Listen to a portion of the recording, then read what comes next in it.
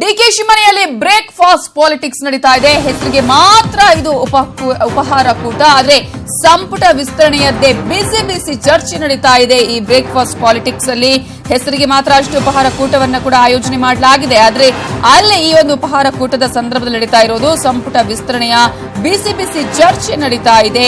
ಜಮಖಂಡಿ ಆಗಿರಬಹುದು, Ramanagara by election ಬಗ್ಗೆ ಕೂಡ ಈ ಸಂದರ್ಭದಲ್ಲಿ ಸಮಾಲೋಚನೆಯನ್ನ ಕೂಡ ನಡೆಸಲಾಗ್ತಾ ಇದೆ. ಒಂದ್ ಕಡೆ ಉಪಹಾರ ಕೂಟವನ್ನ ಆಯೋಜನೆ ಮಾಡಿದ್ರು ಕೂಡ ಮತ್ತೊಂದು ಕಡೆ ಈ ಉಪಹಾರ ಕೂಟದಲ್ಲಿ ಸಂಪುಟ ವಿಸ್ತರಣೆಯ ವಿಚಾರಗಳೇ ಇಲ್ಲಿ ಚರ್ಚೆಗೆ ಕಾರಣ ಆಗಿದೆ. ಹೆಸರಿಗೆ ಮಾತ್ರ ಇದು ಉಪಹಾರ ಕೂಟ ಅಷ್ಟೇ, ಆದ್ರೆ ಸಂಪುಟ ವಿಸ್ತರಣೆಯ ವಿಚಾರಗಳಾಗಿರ್ಬೋದು, ಜಮಖಂಡಿ ರಾಮನಗರ ಬೈ ಎಲೆಕ್ಷನ್ ಬಗ್ಗೆ ಕೂಡ ಈ ಸಂದರ್ಭದಲ್ಲಿ ಸಮಾಲೋಚನೆಯನ್ನ ಮಾಡಲಾಗ್ತಾ ಇದೆ, ಚರ್ಚೆಯನ್ನ ಕೂಡ ಮಾಡಲಾಗ್ತಾ ಇದೆ. ಇನ್ನು ನಿಗಮ ಮಂಡಳಿ ನೇಮಕದ ಬಗ್ಗೆ ಕೂಡ ಇಲ್ಲಿ ಚರ್ಚೆ ನಡೀತಾ ಇದೆ ಅನ್ನುವಂತಹ ಮಾಹಿತಿ ಕೂಡ ಸಿಗ್ತಾ ಇದ್ದು, ಆದ್ರೆ ಈ ಬ್ರೇಕ್ಫಾಸ್ಟ್ ಕೂಟಕ್ಕೆ ರಮೇಶ್ ಜಾರಕಿಹೊಳಿಗೆ ಆಹ್ವಾನ ಕೊಟ್ಟರು ಕೂಡ ಅವರು ಗೈರಾಗಿದ್ದಾರೆ ಅನ್ನುವಂಥದ್ದು.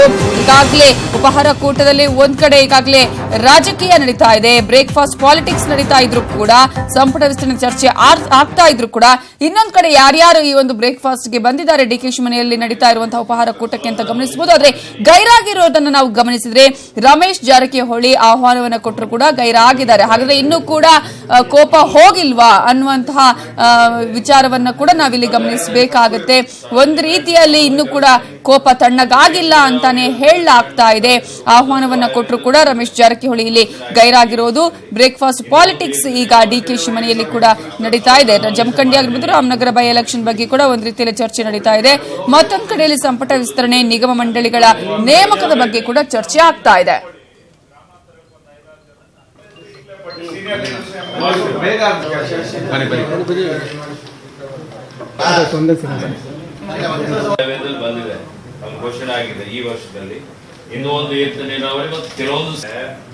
ಈಗಾಗಲೇ ದೃಶ್ಯದಲ್ಲೂ ಕೂಡ ಗಮನಿಸ್ತಾ ಇದ್ದೀರಾ, ಡಿಕೆ ಶಿವಕುಮಾರ್ ಅವರ ಮನೆಯಲ್ಲಿ ಎಲ್ಲಾ ಶಾಸಕರು ಸಚಿವರುಗಳು ಕೂಡ ಅಲ್ಲಿ ಸೇರ್ಕೊಂಡಿರೋದನ್ನ ಕೂಡ ನೀವು ಗಮನಿಸಬಹುದು.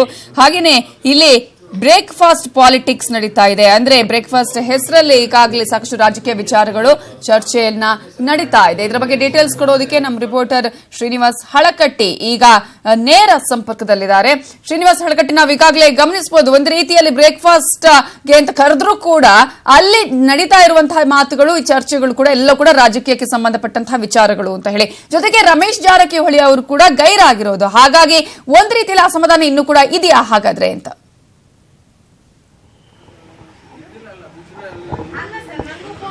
ಖಂಡಿತವಾಗಿಯೂ ನವಿತಾ, ಯಾಕಂದ್ರೆ ಸಚಿವ ಸಂಪುಟ ಸಭೆ ಇದ್ದ ದಿವಸ ಎಲ್ಲ ಸಚಿವರು ಕೂಡ ನಾವು ಒಂದ್ ಕಡೆ ಸೇರ್ತೇವೆ.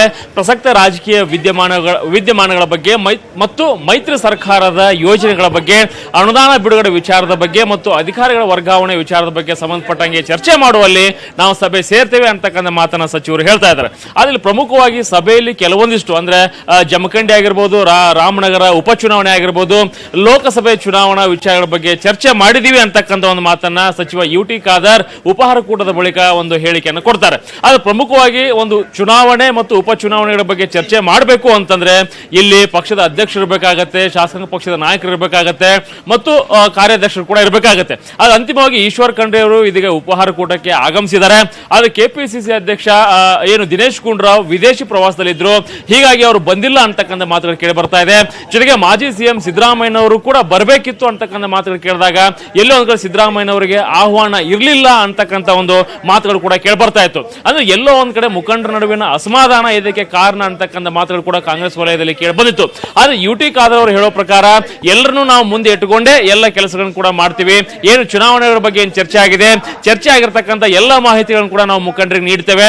ಆ ಎಲ್ಲ ಮುಖಂಡರು ಕೂಡ ಈ ಒಂದು ಉಪಹಾರ ಕೂಟಕ್ಕೆ ಬರ್ತಾರೆ ಅಂತಕ್ಕಂಥ ಒಂದು ಸಮಜಾಯಿಷಿಯನ್ನು ಕೂಡ ಕೊಟ್ಟಿದ್ದಾರೆ. ಆದ್ರೆ ಮತ್ತೊಂದು ಕಡೆ ನೋಡೋದಾದ್ರೆ ಏನು ಬೆಳಗಾವಿ ವಿಚಾರದ ಹಸ್ತಕ್ಷೇಪ ಸಂಬಂಧಪಟ್ಟಂಗೆ ಡಿಕೆ ಶಿವಕುಮಾರ್ ವಿರುದ್ಧ ಅಸಮಾಧಾನವನ್ನ ಏನು ರಮೇಶ್ ಜಾರಕಿಹೊಳಿ ವ್ಯಕ್ತಪಡಿಸಿದ್ರು, ಇದೀಗ ಉಪಹಾರ ಕೂಟಕ್ಕೂ ಅವರು ಗೈರಾಗೋದ್ರ ಮೂಲಕ ಇನ್ನೂ ನಮ್ಮ ಅಸಮಾಧಾನ ಬಗೆ ಹರಿದಿಲ್ಲ ಅಂತಕ್ಕಂಥ ಒಂದು ಸಂದೇಶವನ್ನು ಕೂಡ ರವಾನೆ ಮಾಡಿದ್ದಾರೆ ಅಂತಕ್ಕಂಥದ್ದು. ಅಂದ್ರೆ ಒಂದು ಮೂಲದ ಪ್ರಕಾರ ನಿಗದಿತ ಕಾರ್ಯಕ್ರಮಕ್ಕೆ ರಮೇಶ್ ಜಾರಕಿಹೊಳಿ ಅವರು ಬಾಂಬೆಲಿದ್ದಾರೆ. ಬಾಂಬೆಯಿಂದನೇ ಒಂದು ಡಿಕೆ ಶಿವಕುಮಾರ್ ಅವರಿಗೆ ದೂರವಾಣಿ ಕರೆ ಮಾಡಿ ನನಗೆ ಬರಲು ಆಗ್ತಾ ಇಲ್ಲ ಅಂತಕ್ಕಂಥ ಒಂದು ಮಾತನ್ನು ಕೂಡ ಹೇಳಿದ್ದಾರೆ ಅಂತಕ್ಕಂಥದ್ದು. ಅದೇನೇ ಇರಲಿ, ಪಕ್ಷದ ಮುಖಂಡರನ್ನ ಹೊರಗಿಟ್ಟು ಪಕ್ಷದ ವಿಚಾರಗಳ ಬಗ್ಗೆ ಚರ್ಚೆ ಮಾಡ್ತಿರೋದು ನಿಜಕ್ಕೂ ಕೂಡ ಒಂದು ಕಾಂಗ್ರೆಸ್ನಲ್ಲಿ ಆಶ್ಚರ್ಯಕರವಾಗಿರ್ತಕ್ಕಂಥ ಬೆಳವಣಿಗೆ ಅಂತ ಹೇಳ್ಬೋದು.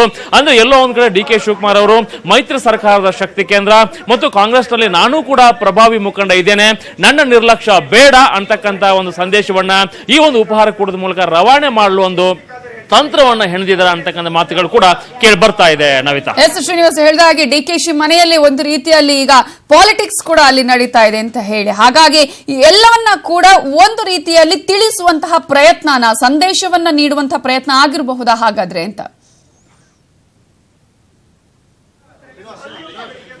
ಖಂಡಿತವಾಗಿಯೂ ನವಿತಾ, ಯಾಕಂತಂದ್ರೆ ಉಪಹಾರ ಕೂಟದ ನೆಪದಲ್ಲಿ ಪವರ್ ಪೊಲಿಟಿಕ್ಸ್ ಗೆ ಒಂದು ಡಿ.ಕೆ. ಶಿವಕುಮಾರ್ ಅವರು ಮುಂದಾಗಿದ್ದಾರೆ ಅಂತಕ್ಕಂಥದ್ದು ನಾವು ನೋಡಬಹುದು. ಈಗ ವೆಂಕಟರಮಣಪ್ಪನವರು, ಸಚಿವ ವೆಂಕಟರಮಣಪ್ಪನವರು ಮಾತಾಡಲಿಕ್ಕೆ ಮುಂದಾಗಿದ್ದಾರೆ. ಅವ್ರ ಮಾತನ್ನ ಕೇಳೋಣ.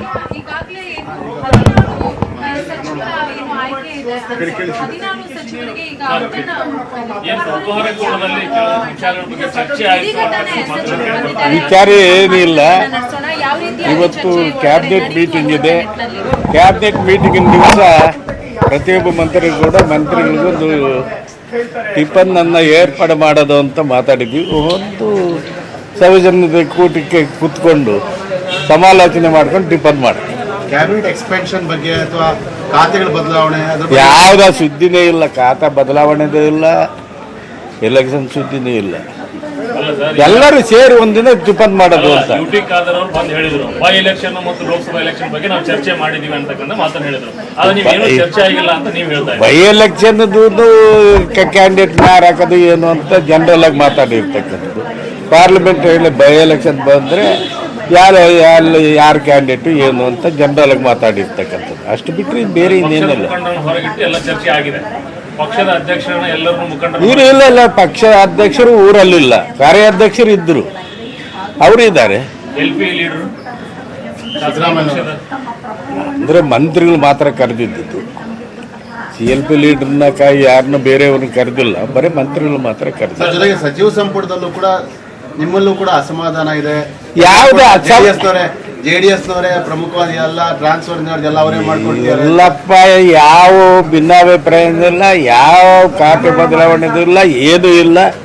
ಅದು ಏನು ಅಂದರೆ ನನಗೊಂದು ಸುದ್ದಿ, ವೆಂಕಟರಮಣಪ್ಪನಿಗೆ ಖಾತೆ ಬದಲಾವಣೆ ಮಾಡಬೇಕಂತೆ ಪಟ್ಟು ಹಿಡಿದಿದ್ದಾರೆ ಅಂತ ಎಂದು ಸುದ್ದಿ ಬಂತು. ಒಂದು ಇದು ಸುದ್ದಿ ನೀವೇ ಪ್ರಚಾರ ಮಾಡ್ತೀರಿ.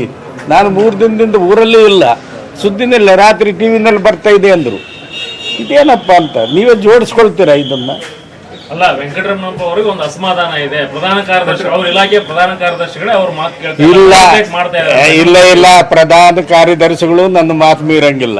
ಖಾತೆ ಬದಲಾವಣೆ ನನಗೆ ತೃಪ್ತಿ ಇದೆ. ಯಾಕೆ ಅಂದರೆ ಇದು ಬಡವರ ಕಾರ್ಯಕ್ರಮದ್ದು.